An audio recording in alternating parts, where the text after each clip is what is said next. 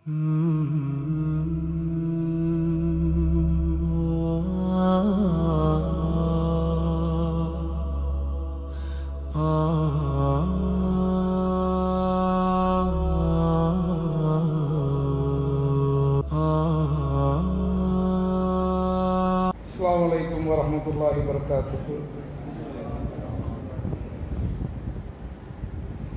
Alhamdulillahi rabbil alamin. A'udhu billahi minash shaitanir rajim.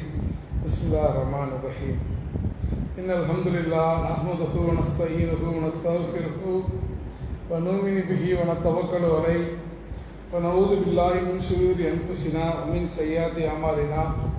من يهدي الله فلا مضل له ومن يضلل فلا هادي له واشهد ان لا اله الا الله واشهد ان محمدا عبده ورسوله اما بعد يا ايها الناس اتقوا ربكم الذي خلقكم من نفس واحده وخلق منها زوجها وبث منهما رجالا كثيرا ونساء واتقوا الله الذي تساءلون به والارحام ان الله كان عليكم رقيبا يا أيها الذين آمنوا اتقوا الله حق تقاته ولا تموتن إلا وأنتم مسلمون رب اشرح لي صدري ويسر لي أمري واحلل عقدة من لساني يفقهوا قولي ربي زدني علما ربي زدني علما ربي زدني علما. நம்மை எல்லாம் படைத்து பரிபாலித்து பாதுகாத்து காத்து கொண்டிருக்கக்கூடிய வார்த்தைகள் வர்ணிப்பில் செயல்படுத்த முடியாத அந்த ஏக இறைவனை துதித்தவனாக அவனுடைய சாந்தியும் சமாதானமும் நமது உயிரினும் மேலான உத்தம தூதர் முஹம்மது நபி ஸல்லல்லாஹு அலைஹி வஸல்லம் அன்னவர்கள் மீதும் அன்னாருடைய கண்ணியமிக்க குடும்பத்தினர்கள் சத்திய சஹாபாக்கள் தாபீன்கள் தபோ தாபீன்கள் இமாம்கள் சுஹதாக்கள் மேலும் இந்த வெள்ளிக்கிழமை இறைவன் கடமையாக்கக்கூடிய இந்த ஜும்மாவை நிறைவேற்றுவதற்காக வந்திருக்கக்கூடிய நம் அனைவர்கள் மீதும் அந்த வற்றாத பெருங்கருணையாளனுடைய சாந்தியும் சமாதானமும் என்றும் இன்றும் பொழியப்படட்டுமாக இந்த பிரார்த்தித்தவனாக இந்த ஜும்மாவுடைய உரையை ஆரம்பம் செய்கின்றேன். அன்பார்ந்த சகோதர சகோதரிகளே, பெரியவர்களே, தாய்மார்களே, இன்றைய உரை ஜும்மாவுடைய கருப்பொருள் வாசிப்பு பரவட்டும், வாசிப்பு தீ பரவட்டும். ஏனென்றால் நம் சமூகத்தை பொறுத்த வரைக்கும், முஸ்லீம்களை பொறுத்த வரைக்கும் இந்த தலைப்பு அந்நியமானதை போல தோன்றினாலும் கூட இஸ்லாத்தை பொறுத்த வரைக்கும் இஸ்லாம் இந்த உலகத்தில் வளர்ந்தது, இஸ்லாம் இந்த உலகத்தில் பரவியது, இந்த இஸ்லாம் இந்த உலகத்துக்கு கொடுத்தது எதுன்னு கேட்டீங்கன்னா வாசிப்பை தான். இஸ்லாம் வருவதற்கு முன்னால் இந்த சமூகம், இந்த ஒட்டுமொத்த உலகம் வாசிக்க தெரியாத சமூகமாக இருந்தது. அந்த வாசிக்க தெரியாத சமூகத்தை ஒரு வாசிக்க தெரியாத ஒரு உம்மி நபியை கொண்டு அல்லாஹ் ரப்பல் ஆலமீன் வாசிக்க தெரிந்த சமூகமாக மாற்றினார். உலகத்துல ஒரு சமூகம் வாசிப்பு பெறுவதற்கு வாசிப்பு எழுத படிக்க தெரியாத ஒரு உம்மி நபியை கொண்டு அல்லாஹ் ரப்பல் ஆலமீன் இப்படிப்பட்ட ஒரு மாற்றத்தை ஏற்படுத்தினான். ஆனால் இந்த வாசிப்பு என்பது உண்மையிலேயே ஒரு மனிதனை உயர்த்தக்கூடிய தீ. நெருப்புல ரெண்டு விதம் இருக்கு. சுட்டு பொசுக்கக்கூடியதும் அழிவை தரக்கூடியதும் நாசத்தை ஏற்படுத்தக்கூடியமான தீ அல்ல இது. மாறாக மனிதனுடைய உள்ளத்தில், மனிதனுடைய சிந்தனையில், சமூகத்தினுடைய உயர்வில், சமூகத்தை அதிகாரப்படுத்துவதில் மாற்றத்தை ஏற்படுத்தக்கூடிய ஒரு தீ தான் இந்த வாசிப்பு தீ. எங்கெல்லாம் இந்த வாசிப்பை மக்கள் கை கொண்டார்களோ, எங்கெல்லாம் இந்த வாசிப்புக்கு மக்கள் தங்களை பழக்கப்படுத்திக் கொண்டார்களோ அந்த சமூகங்கள் தான் இன்றைக்கு உலகத்தை ஆண்டு கொண்டிருக்கின்றன. இன்றைக்கு உலகத்தில் நம்மை சுற்றி நிறைய விஷயங்கள் நடந்து கொண்டிருக்கின்றன. திடீர்னு பார்த்தீங்கன்னா ஒரு நாடு, சுயாட்சி பெற்ற ஒரு நாடு, திடீர்னு பார்த்தா அந்த நாளை நான் ஆக்கிரமிச்சுட்டேன் அப்படின்ட்டு இந்த சின்ன பிள்ளைங்க விளையாட்டு மாதிரி ஒரு நாட்டுடைய அதிபர் சொல்றார். அப்ப இன்னொரு புறம் பார்த்தீங்க அப்படின்னா சம்பந்தமே இல்லாமல் அதுக்கு எதிர்ப்புறமான ஒரு நாட்டில் மக்கள் புரட்சி வெடிக்கிறத பார்க்கிறோம். இன்னொரு புறம் பார்த்தீங்கன்னா வேறு சில நாடுகள்ல திடீர்னு அதல பாதாளத்துக்கு அந்த நாட்டுடைய கரன்சி சொல்லப்படக்கூடிய நாணய மதிப்பு பலமிழந்து போய்விடுவதை பார்க்கிறோம். நம்ம ஏதோ பார்க்கிறோம், ஏதோ நடக்குது தெரிய தவிர இதை உணர்ந்து கொள்ளக்கூடிய, இதுக்கு பின்னால் உள்ள அரசியலை புரிந்து கொள்ளக்கூடிய அந்த நாலேஜ் எப்போ கிடைக்கும் அப்படின்னா நமக்கு அதிகமாக வாசிப்பின் மூலமாகத்தான் கிடைக்கும். இன்று இரவு கூட ஒரு அமைப்பினுடைய கூட்டத்தில் நான் ஏன் அதை பேசுறேன் அப்படின்னா, இந்த தலைப்பு பெரும்பாலும் நம்ம யாரும் பேசுவதற்கு தயாராக இல்லை. ஏன்னா நம்மளோட சொற்பொழிவாற்றக்கூடிய ஆளுங்கள், சொற்பொழிவு ஆற்றக்கூடிய மார்க்க விற்பனர்கள் சமூக, அதாவது மார்க்கத்தினுடைய சட்டத்திட்டங்களை தெரிந்து கொள்வதோடு தங்களை மட்டுப்படுத்திக் கொள்கிறார்கள். மாறாக நம்மை சுற்றி என்ன நடக்கிறது என்ற நாலேஜ் வேணும். அதனால்தான் செய்தினா உமர் ரலியல்லாஹு அன்ஹு அவர்கள் சொன்னார்கள், எவன் ஒருவன் ஜாஹிலியத்தை, இஸ்லாம் அல்லாத விடயங்களை தெரிந்து கொள்ளவில்லையோ அவன் இஸ்லாத்தை அழித்து விடுவான். அதாவது முறையில் என்ன சொன்னாங்கன்னா, நீங்க முஸ்லீம்களா இருக்கிறீங்க, ஆலிம்களா இருக்கீங்க, மற்றவர்களுக்கு மார்க்க விளக்கங்களை சொல்றீங்க, வழிகாட்டுறீங்க, தலைமைத்துவ பொறுப்பில் இருக்கிறீங்க அப்படின்னா இஸ்லாத்தை பற்றி தெரிந்து கொண்டால் மாத்திரம் போதாது. மாறாக இஸ்லாம் அல்லாத பிற கொள்கைகளை, இஸ்லாம் அல்லாத பிற சித்தாந்தங்களை தெரிந்து கொண்டால்தான் ஒரு விஷயம் வரும்போது இது இஸ்லாமா இஸ்லாம் இல்லையா என்பதை புரிந்து கொள்ளக்கூடிய நாலேஜ் உங்களுக்கு கிடைக்கும். அப்ப இந்த உலகத்துல ஒரு மனிதனை மாற்றக்கூடிய தீ, ஒரு சமூகத்தினுடைய தலையெழுத்தை மாற்றக்கூடிய ஆயுதம், ஒரு தலைமுறையை படித்த தலைமுறையாக, அரசு அதிகாரத்தில் இருக்கக்கூடிய தலைமுறையாக, அரசை இயக்கக்கூடிய ஒரு தலைமுறையாக நம்ம மாற்றணும் நிறைய பேர் ஆசைப்படுறோம். அப்ப அந்த மாற்றத்திற்கெல்லாம் அடிப்படை எங்கிருந்து ஆரம்பிக்கும்னா வாசிப்பு பழக்கத்தை கை கொண்டால் மட்டுமே நாம் நினைக்கிற மாதிரி சமூகத்தை அடுத்த நிலைமைக்கு நம்மால் கொண்டு போக முடியும். ஏன்னா முஸ்லீம் சமூகத்தில் குறிப்பா இன்றைய காலகட்டத்தில் நம்ம வாசிப்புக்கு ரொம்ப கடைசி இடத்தை கொடுத்து வைத்திருக்கிறோம். நம்மள யாருக்கையாவது இப்போ நம்ம ஒரு சாதாரண பயான்ல நீங்க கடைசியா எப்போ ட்ரெஸ் எடுத்தீங்கன்னு கேட்டால் உடனே ஏன்னு சொல்லிடுவோம். கடைசியா உங்க மனைவிக்கு எப்போ புடவை எடுத்து கொடுத்தீங்கன்னாலும் ஏற்றி நம்மளால நினைவோடு சொல்ல முடியும். கடைசியா எப்போது ஹோட்டலுக்கு போனீங்கன்னா கூட சொல்லிடுவோம். ஆனால் கடைசியாக எப்போது ஒரு புத்தகம் வாங்கினீர்கள் அல்லது எப்போது ஒரு புத்தகம் படித்தீர்கள் என்று கேட்டால் அதெல்லாம் ஸ்கூலோட முடிஞ்சு போச்சு. ஸ்கூல்லையே நம்ம கஷ்டப்பட்டு தான் புத்தகத்தை படித்தோம். நீங்க ஸ்கூலை தாண்டி வேற புத்தகத்தை படிக்க சொல்றீங்களா? அப்படிங்கிற நிலைமையில தான் இன்றைய முஸ்லீம் சமூகம் இருப்பதை பார்க்கிறோம். அப்ப இந்த மாதிரி வாசிப்பை கடைசி நிலைக்கு வைத்து விட்டு அந்த புத்தக கண்காட்சிக்கு போனா கூட நம்ம என்ன பண்றாங்க, புத்தகம் வாங்க போறாங்களோ இல்லையோ அந்த அப்பளம் எங்க கிடைக்குதுன்னு பார்க்க போறாங்க. அங்கேதான் தாய்மார்களுடைய எண்ணிக்கை அதிகமாக இருப்பதை பார்க்கிறோம். ஆனா இஸ்லாம் இப்பொழுது இப்படி சொல்லி இருக்கான்னு நிச்சயமா கிடையாது. இஸ்லாம் இதற்கு நேர் மாற்றமாக அறிவை பிரதானப்படுத்தக்கூடிய மார்க்கம். அறிவால் சுஜூது செய்த சமூகம் இஸ்லாமிய சமூகம்.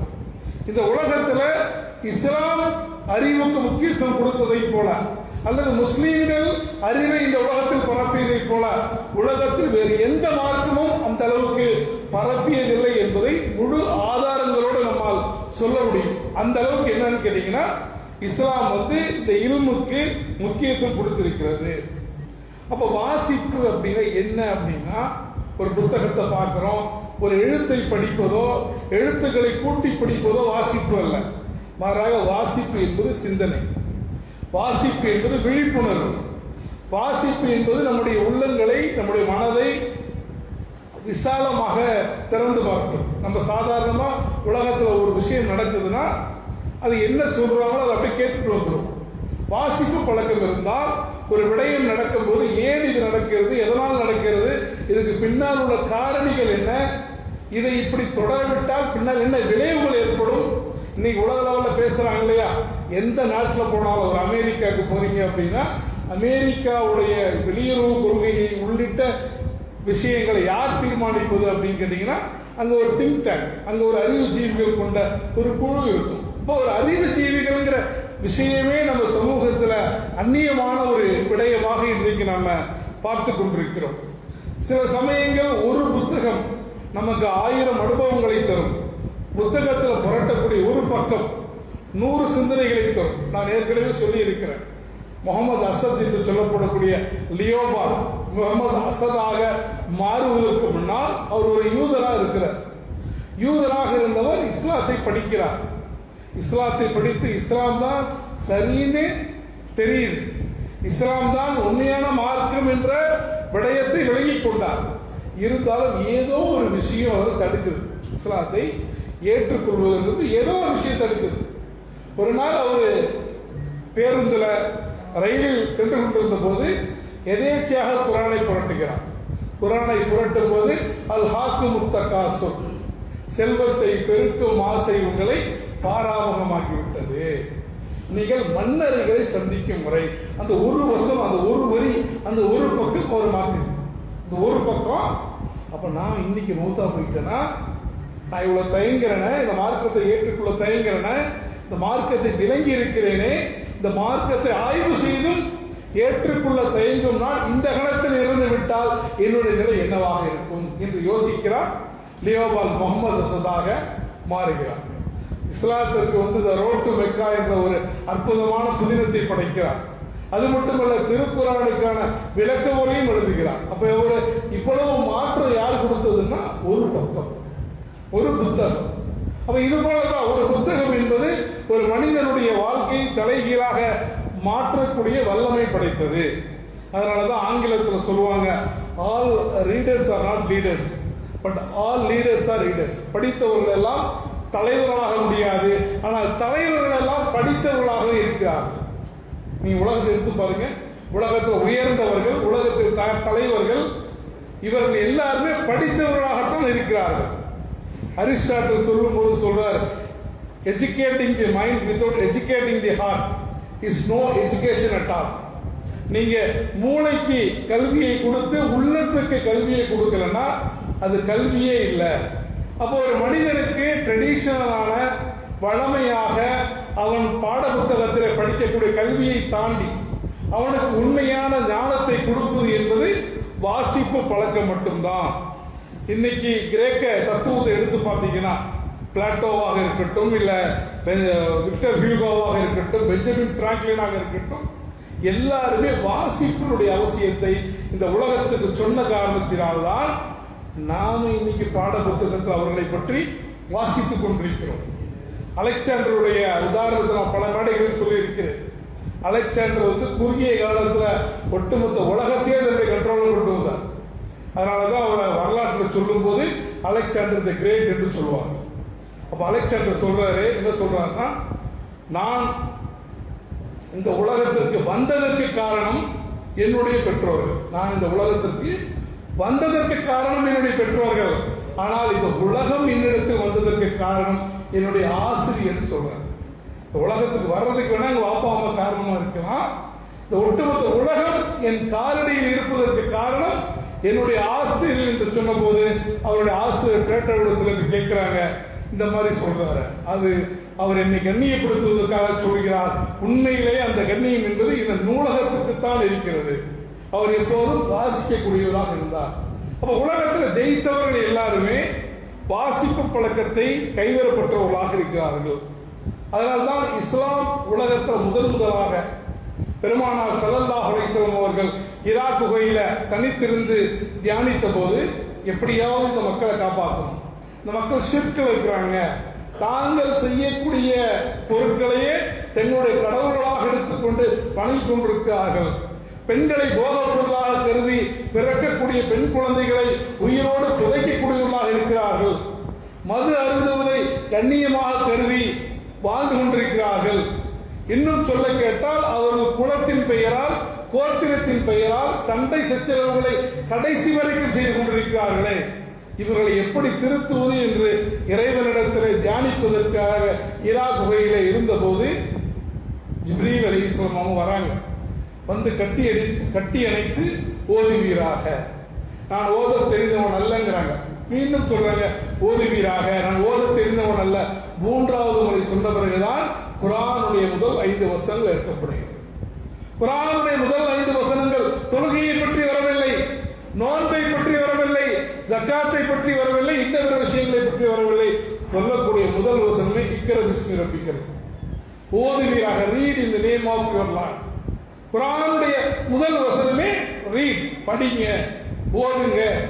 அப்போ குர்ஆன் உலகத்துல வேற எந்த ஒரு மார்க்கமாவது, வேற எந்த ஒரு வேத நூலாவது தான் இறங்கிய முதல் வசனமே கல்வியை பற்றி சொல்லி இருக்குமான்னு கேட்டீங்கன்னா நிச்சயமா இல்லை. அப்ப அதனால்தான் இந்த முஸ்லிம்களை பொறுத்த வரைக்கும் கல்வி அந்த அளவுக்கு முக்கியம். குர்ஆன் சொல்றது படி, ஆய்ந்து படி, ஆழமா படி, ரப்புடைய பெயரால் படி, உனக்கு அறிவை கற்றுக் கொடுத்த இறைவனுடைய பெயரால் படி. அல்லாஹ் ரப்புல் ஆலமீன் ஆதம் அலைஹிஸ்ஸலாம் அவர்களை படைத்த பிறகு எல்லா மனிதர்களையும் சுஜூது செய்ய சொல்கிறான். ஷைத்தானை தவிர அனைவரும் சுஜூத் செய்தார்கள் என்ற அந்த வரலாற்று சம்பவத்தை சூரத்துல் பக்ராவிலே அல்லாஹ் ரப்பல் ஆலமீன் குறிப்பிடும் போது ஆதத்துக்கு எல்லா பொருட்களின் பெயரை இறைவன் கற்றுக் கொடுத்தான் அப்படிங்கிற விஷயத்தை கோட் பண்றோம். இப்போ உலகத்துல முதல் நாலேஜ் யாருக்கு டிரான்ஸ்பர் ஆகுதுன்னா ஆதம் அலைஹிஸ்ஸலாம். ஆதம் அலைஹிஸ்ஸலாம் தொழுகை நோன்பு அது இல்லை, பொருட்களின் பெயர்களை, பொருட்களுடைய மூலங்களை, பொருட்களுடைய கம்போசிஷன், கெமிஸ்ட்ரி எல்லாம் அங்கதான் கற்றுத்தரான். அப்ப இந்த உலகத்துல கல்வி என்பது அல்லாஹ்விடமிருந்து வரக்கூடியது என்பதை உணர்ந்த காரணத்தினால்தான் பெருமானார் ஸல்லல்லாஹு அலைஹி வஸல்லம் அவர்கள் படிக்க தெரியாத உம்மி நபியாக இருந்தாலும் கூட அந்த ஒட்டுமொத்த சமூகத்தை கல்வி அறிவு பெற்ற சமூகமாக, ஞானமுள்ள சமூகமாக மாற்றினார்கள். பதில் போர்க்களம் இஸ்லாத்தினுடைய மிக முக்கியமான போர், இஸ்லாத்தினுடைய தலைவிதியை தீர்மானிக்கக்கூடிய போர். அந்த போரிலே பெருமானார் ஸல்லல்லாஹு அலைஹி வஸல்லம் துஆ செய்றாங்க, இறைவா உன்னை துதிக்கக்கூடிய இந்த கூட்டம் அழிக்கப்பட்டு விட்டால் உன்னுடைய பெயரை சொல்வதற்கு யாரும் இருக்க மாட்டார்கள், இந்த கூட்டத்துக்கு வெற்றியை கண்ணீர் மல்க துஆ செய்றாங்க. அந்த கூட்டத்திற்கு அல்லாஹ் ரப்பல் ஆலமீன் மகத்தான வெற்றியை தருகிறான். வெற்றியை தந்த பிறகு போர் கைதிகளை என்ன செய்வது என்று அபூபக்கர் ரலியல்லாஹு அன்ஹு அவர்களிடத்திலும் உமர் ரலியல்லாஹு அன்ஹு அவர்களிடத்திலும் நபிகள் நாயகம் ஸல்லல்லாஹு அலைஹி வஸல்லம் என்ன பண்றாங்க, ஆலோசனை பண்றாங்க. அப்ப உமர் ரலியல்லாஹுடைய இது எப்பொழுதுமே எக்ஸ்ட்ரீம் தான், எல்லாரையும் முடிச்சிடணுங்கிறாங்க. அப்ப அபூபக்கர் சொல்றாங்க, இல்ல இதுல யாருக்கெல்லாம் கனிமத் பொருள் கொடுக்க முடியுமோ கொடுத்துருவோம். இல்லாத போது ரசூலுல்லாஹ் சொல்றாங்க, யாருக்கெல்லாம் கனிமத் பொருள் கொடுக்க முடியவில்லையோ, செல்வம் இல்லையோ, அந்த பொருளாதாரம் இல்லையோ, அவர்கள் 10 பேருக்கு எழுத படிக்க கற்றுக் கொடுத்து விடுதலை பெற்றுக் கொள்ளட்டும். உலகத்துல காம்பன்சேஷன் என்பது வெறும் மெட்டீரியல்ல மட்டுமல்ல, பொருளாதாரத்தை மட்டும் கொடுத்து பொருளாதாரத்தையே நோக்கமாக கொண்டிருந்த மக்களுக்கு மத்தியில பொருளாதாரம் இல்லையா பரவாயில்ல, அவன் 10 பேருக்கு எழுத படிக்க சொல்லி கொடுத்தால் போதும், அதை நான் காம்பன்சேஷனா ஏற்றுக்கொள்கிறேன் என்று முதல் போரிலேயே கல்வியுடைய முக்கியத்துவத்தை பெருமானார் ஸல்லல்லாஹு அலைஹி வஸல்லம் அவர்கள் சொல்லி காட்டினாங்க. அதனாலதான் ஒரு பிரபலமான ஹதீஸ் என்ன அப்படின்னா, ஒரு அறிஞருடைய பேனா ஒரு ஷஹீதுடைய ரத்தத்தை விட சிறந்ததுங்கிற சொற்றொடர் ஏன் பிரபலமாச்சுன்னா இதனால்தான். ஒரு அறிஞருடைய பேனா ஒரு ஷஹீதுடைய ரத்தத்தை விட சிறந்தது. ஏன்னா ஒரு உண்மையான ஒரு இஸ்லாமிய அறிஞருடைய பேனாவுடைய எழுத்துக்கள் 1000 ஷஹீதுகளை இந்த உலகத்தில் உற்பத்தி செய்யக்கூடிய திறன் படைத்தது என்ற காரணத்தினால் நாம் அந்த விஷயத்தை நம்ம எடுத்துக்கிறோம். அதே போல குர்ஆன்ல இல்முங்கிற வார்த்தை மட்டும் வெவ்வேறு பொருட்கள்ல 750 முறை இந்த குர்ஆன்ல இல்முங்கிற வார்த்தை, அறிவுங்கிற வார்த்தை, நாலேஜ்ங்கிற வார்த்தை, ஹிக்மாங்கிற வார்த்தை 750 முறை குர்ஆன்ல வருது. அப்ப அந்த அளவுக்கு இஸ்லாம் கல்விக்கு முக்கியத்துவம் கொடுத்திருக்கிறது. அப்படி இஸ்லாம் கல்விக்கு முக்கியத்துவத்தை கொடுத்த காரணத்தினால்தான் நம்ம இன்னைக்கு உலக வரலாற்றில் பார்க்கிறோம், மறைக்கப்பட்ட வரலாறுகள் கொஞ்சம் கொஞ்சமா வருது. ஒட்டுமொத்த உலகத்துக்கு முஸ்லீம்கள் தான் அறிவு கொடுத்தாங்க. அந்த அறிவு கொடுத்ததையெல்லாம் மறைத்து வைத்திருந்தார்கள். கொஞ்சம் கொஞ்சமாக வெளிவருகிறது. என்னன்னு கேட்டீங்கன்னா, பகதாதில் இருந்த பைத்துல் ஹிக்மா உலகத்தின் மிகப்பெரிய பல்கலைக்கழகம், உலகத்தில் ஒரு மிகப்பெரிய கல்விக்கான கேந்திரம் என்பது பைத்துல் ஹிக்மா. உலகத்தில் முதல்ல ஒரு மருத்துவமனையும் ஒரு பல்கலைக்கழகத்தையும் ஆரம்பித்தது முஸ்லீம்கள். இப்ப இதெல்லாம் முஸ்லீம்களோட பாரம்பரியம்.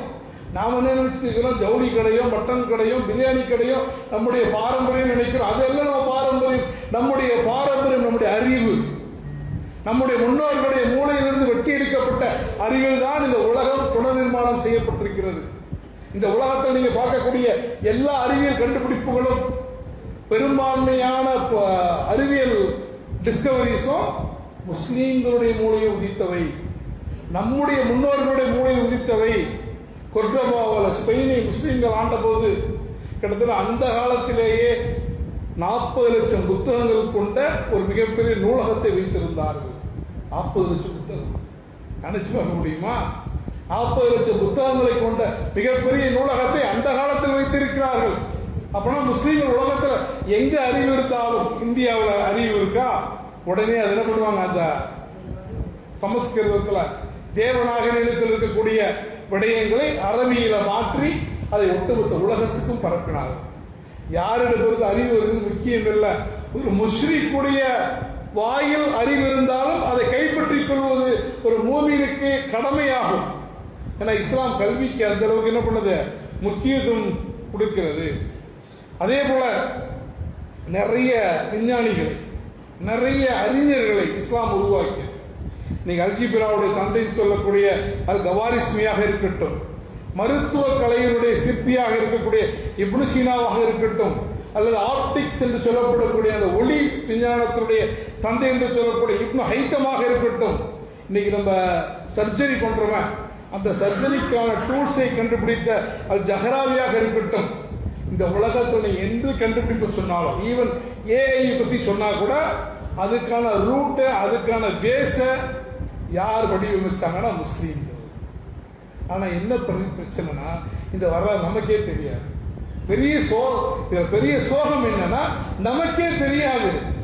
இப்னு சீனா அபிசின்னாவாக மாற்றப்பட்டு நம்ம அபிசின்னான்னு படிக்கக்குள்ள, அபிசினா ஏதோ ஒரு யூரோப்பியன் பழக்குது, அபிசினா ஏதோ ஒரு மேற்கத்தியத்தை சார்ந்தவர் பழக்குது. நம்ம போய் டீப்பா பார்க்கக்குள்ளதான் அது அபிசின்னா இல்ல, அது இப்னு சீனா. வரலாற்றில் மறைக்கப்பட்ட புதையல்களை வெளிக்கொண்டதும் அப்படின்னா, ரைட் சகோதரர்கள் பிறப்பதற்கு முன்னால் உலகத்தில் விமானத்தை பரிசோதனை முறையில் ஓட்டி காட்டியவர்கள் முஸ்லீம்கள். உலகத்தினுடைய முதல் வரைபடத்தை வரைந்தவர்கள் முஸ்லீம்கள். யாருக்கு தெரியாது நமக்கு. இப்படி உலகத்தில் எந்த கண்டுபிடிப்புகளை எடுத்தாலும் அது எல்லா முஸ்லீம்களைத்தான் சாரும்.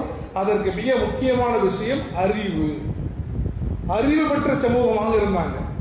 அவர்கள் கல்வியில நாலேஜ் உள்ள சமூகமாக இருந்தாங்க.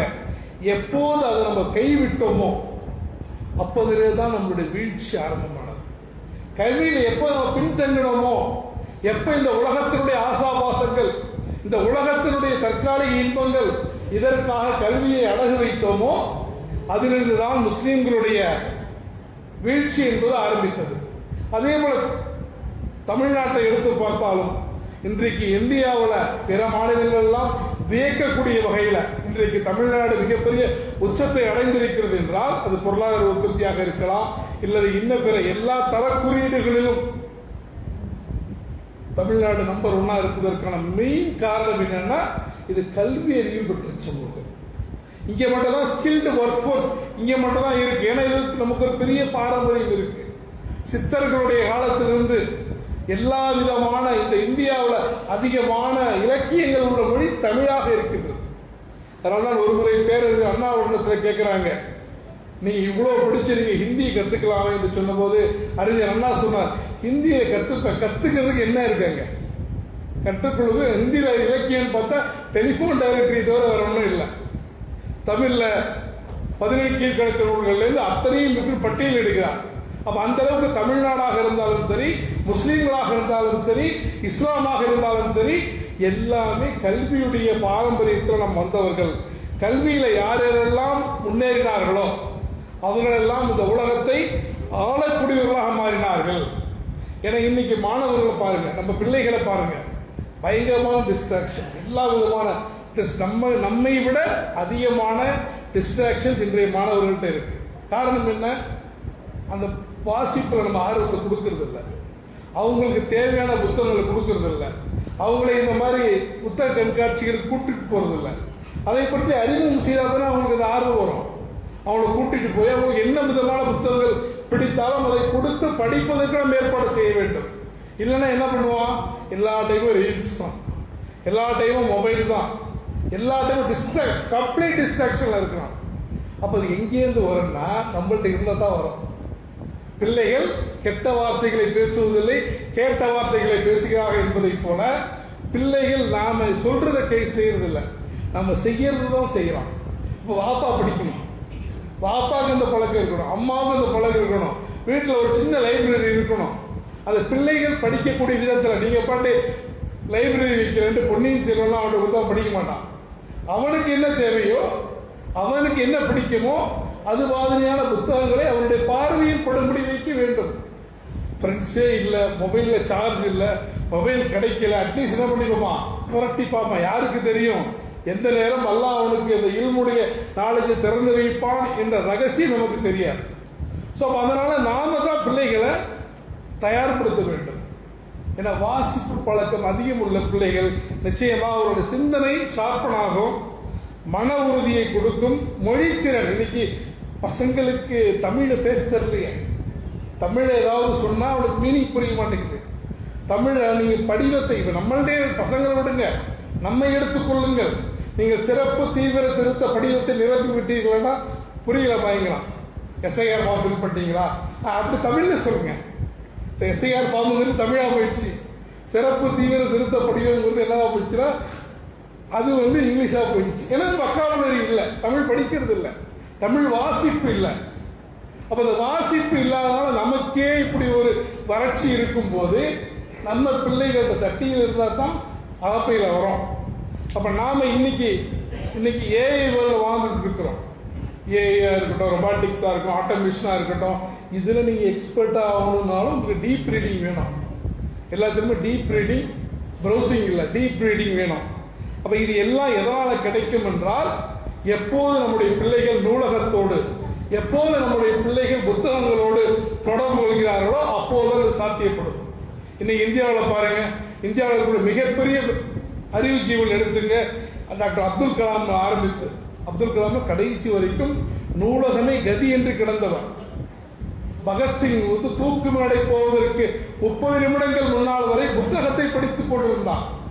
பேரறிஞர் அண்ணா தன்னோட ஒரு புத்தகத்தை படித்துக் கொண்டிருக்கும் போது அந்த புத்தகத்தை நிரப்புவதற்கு ஃபுல் கம்ப்ளீட் செய்வதற்கு இன்னும் ஒரு நாள் தேவைப்படும், அதனால ஆபரேஷன் ஒரு நாள் தள்ளி போடுங்கன்னு சொன்னார். காரணம், ஒருவேளை ஆபரேஷன் முடிஞ்சு எனக்கு கண்ணு தெரியலனா என்னால் அந்த புத்தகத்தை படிக்க முடியாமல் போய்விடுமே என்று வருத்தப்பட்டார். உமர் முக்தாருங்கிற அந்த மிகப்பெரிய காவியத்தை கலைஞர் ஒரே இரவில் படித்தார். இதெல்லாம் வரலாறு படிக்கிறோம். இன்னைக்கு நிகழ்காலத்தில் பார்க்கிறோம், யாரெல்லாம் பேசுகிறார்களோ, யாரெல்லாம் விவாதங்கள்ல தரவுகளோடு பேசுறவங்கள யாருன்னு பார்த்தீங்கன்னா வாசிப்பு பழக்கம் உள்ளவன் தான் பேசுவான்.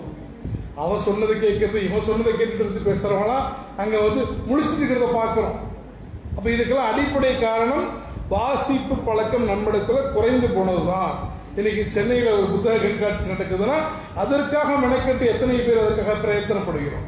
சரி, போயிட்டு தான் வருவோமே, பிள்ளைகளை கூட்டிட்டு தான் போவோமே, பிள்ளைகள் அறிவும் செய்வோமே. கடவுள் நடந்தால் நம்ம போறதில்லை. நான் வெளிநாடுகளில் இருந்தபோது விடுப்புக்கு வரும்போது கல்யாணத்துக்கு இதுக்கு லீவ் எடுத்துட்டு வருவாங்க, புத்தக கண்காட்சிக்காக லீவ் எடுத்துட்டு வருவேன்.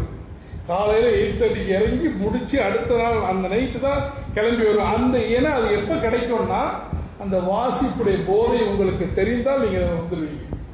அது தெரிவதற்கு இஸ்லாம் எந்த அளவுக்கு கல்விக்கு முக்கியத்துவம் கொடுக்கிறது என்பது தெரிந்தால் நிச்சயமாக உங்களால் அதை புரிந்து கொள்ள முடியும்.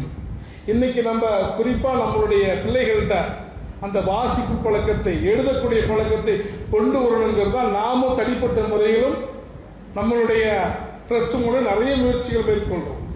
இப்ப கூட ஒரு கட்டுரை போட்டி வச்சிருக்கிறோம். ஏன்னா எதுக்காக, நான் புரிந்து கொண்ட, நான் விரும்பும் நபிகளார் அப்படின்னா ரசூலுல்லாஹ் பத்தி ஒரு 200 படிப்பான். ரசூலுல்லாஹ் யாரு என்னன்னு படிக்காதவங்க கூட எடுத்து படிப்பான். படித்ததை எடுத்து என்ன பண்ணுவோம், எழுதுவோம். எப்படியாவது வாசிப்பு ஆர்வத்தை நாம் பிள்ளைகளிடத்தில் நாம் கொண்டு வர வேண்டும். ஜமாத்தே உலமா ஹிந்தினுடைய பொதுச் செயலாளர் அர்ஷத் மதனி அவர்கள் சொன்னார்கள், முஸ்லீம்கள் இன்னும் 50 ஆண்டுகள் ஒருவேளை பட்டினி கிடந்தாவது பிள்ளைகளுக்கு கல்வியை கொடுக்க வேண்டும். அப்ப அந்த அளவுக்கு கல்வி தேவைங்கிறத நடைமுறையில் பார்க்கிறோம். தமிழ்நாட்டில் பார்க்கிறோம், சில நேரங்கள் நமக்கு இந்த 3.5% இடஒதுக்கீட்டுக்கு கூட சில பணியிடங்களுக்கு ஆட்கள் கிடைக்காத நிலை இருப்பதை கண்கூடாக பார்க்கிறோம். எனவே ஒரு புத்தகம் என்பது ஒரு குழந்தையை மாற்றும், ஒரு குழந்தை ஒரு குடும்பத்தை மாற்றும், ஒரு குடும்பம் ஒரு சமூகத்தை மாற்றும், ஒரு சமூகம் தான் ஒரு நாடு உயர்வடைவதற்கு காரணமாக இருக்கும். எனவே நம்முடைய நாடு உயர வேண்டும் என்றால், இந்த சமூகம் உயர வேண்டும் என்றால் வாசிப்பு பழக்கத்தை நாம் கை கொள்ள வேண்டும். அல்லாஹ் ரப்பல் ஆலமீன் திருக்குர்ஆன்ல ரொம்ப சிம்பிளா சொல்றான், அறிவுடையோரும் அறிவில்லாதவரும் சமமாவார்களா? ஒரே வார்த்தை, அறிவுடையோரும் அறிவில்லாதவரும் சமமாவார்களா? பெருமானார் ஸல்லல்லாஹு அலைஹி வஸல்லம் அவர்கள் அதை இப்படி சொன்னார்கள், அறிவுடையவருக்கும் அறிவில்லாதவருக்கும் உதாரணம் என்ன தெரியுமா? அறிவுடையவருக்கும் அறிவில்லாதவருக்கும் உதாரணம் உங்களுக்கும் எனக்கும் உள்ள வித்தியாசம். உங்களுக்கும் எனக்கும் எந்த அளவுக்கு வித்தியாசம் இருக்கிறதோ அந்த அளவுக்கு அறிவுடையவருக்கும் அறிவில்லாதவருக்கும் வித்தியாசம் இருக்கிறது என்று சொல்கிறார்கள். எனவே இந்த வாசிப்புத்தி என்பது நம்ம எல்லாரையும் வந்திருக்கக்கூடியவங்க. குறைஞ்சபட்சம் ஒரு நாளைக்கு ஏதாவது ஒரு புத்தகத்தை வாங்கி நம்ம தினந்தோறும் அதை படித்து பிள்ளைகளுக்கு நம்ம அறிமுகப்படுத்த. நம்முடைய பிள்ளைகள் ஏன் ரீல்ஸ்ல இருக்கிறான், பிள்ளைகள் ஏன் எப்போதாலும் மொபைல்ல இருக்கிறான்னா அவனை என்கேஜ் பண்றதுக்கு ஆள் இல்லை. சஹாபாக்களுடைய வரலாறுகள், நம்முடைய முன்னோர்களுடைய வரலாறுகளை அவர்கள் படிக்கக்கூடிய விதத்தில் இன்னைக்கு நிறைய வந்திருக்கு. அதையெல்லாம் அவர்களுக்கு அறிமுகப்படுத்தி நம்முடைய பிள்ளைகளை அடுத்த தலைமுறையை படித்த தலைமுறையாக, அதிலும் இஸ்லாமிய விழுமியங்களோடு இந்த உலகத்தில் வெல்லக்கூடிய தலைமுறையாக, அதிகாரமிக்க தலைமுறையாக மாற்றுவதற்கு அல்லாஹ் ரப்பல் ஆலமீன் நம்முடைய முயற்சிகளை பொருந்திக் கொள்வானாக என்று துஆ செய்தவனாக, துஆ செய்ய தூண்டியவனாக இந்த உரையை நிறைவு செய்கிறேன்.